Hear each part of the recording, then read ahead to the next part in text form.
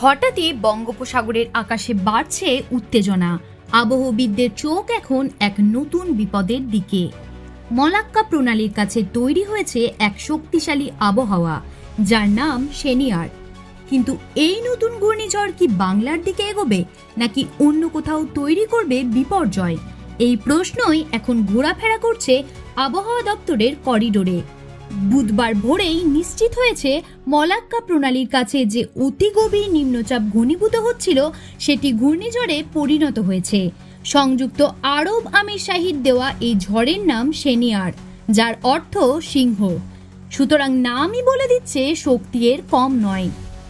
আবহাওয়া দপ্তরের রিপোর্ট বলছে, বুধবার বিকেলেই ইন্দোনেশিয়ার উপকূলে আছড়ে পড়তে পারে এই ঘূর্ণিঝড় সেনিয়ার। এর দাপটে আগামী কয়েকদিনে ভারী বৃষ্টি হতে পারে তামিলনাড়ুর উপকূলীয় জেলাগুলিতে।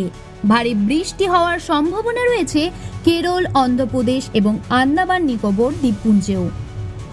ঝোড়ো হাওয়া বইবে প্রবল গতিতে এবং সেই কারণে মৎস্যজীবীদের ইতিমধ্যেই সতর্ক করা হয়েছে সমুদ্রে না যেতে। এর মাঝেই আরও একটি নতুন চিন্তা তৈরি হয়েছে আবহবিদদের মধ্যে। দক্ষিণ পশ্চিম বঙ্গোপসাগরে শ্রীলঙ্কার কাছে আবার তৈরি হয়েছে নতুন একটি নিম্নচাপ। আলিপুর আবহাওয়া দপ্তর জানিয়েছে, আগামী 24 ঘন্টার মধ্যেই এই নিম্নচাপ শক্তি বাড়িয়ে প্রথমে সুস্পষ্ট নিম্নচাপ এবং পরে গভীর নিম্নচাপে পরিণত হতে পারে। এর সম্ভাব্য গতি তামিলনাড়ু উপকূলের দিকেই।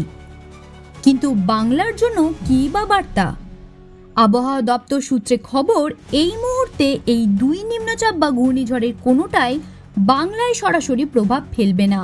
তবে বাতাসের গতিবেগে পরিবর্তন হতে পারে, আর নভেম্বরের শেষ সপ্তাহে হাওয়ার দিক ও তাপমাত্রায় সামান্য ওঠানামা দেখা দিতে পারে।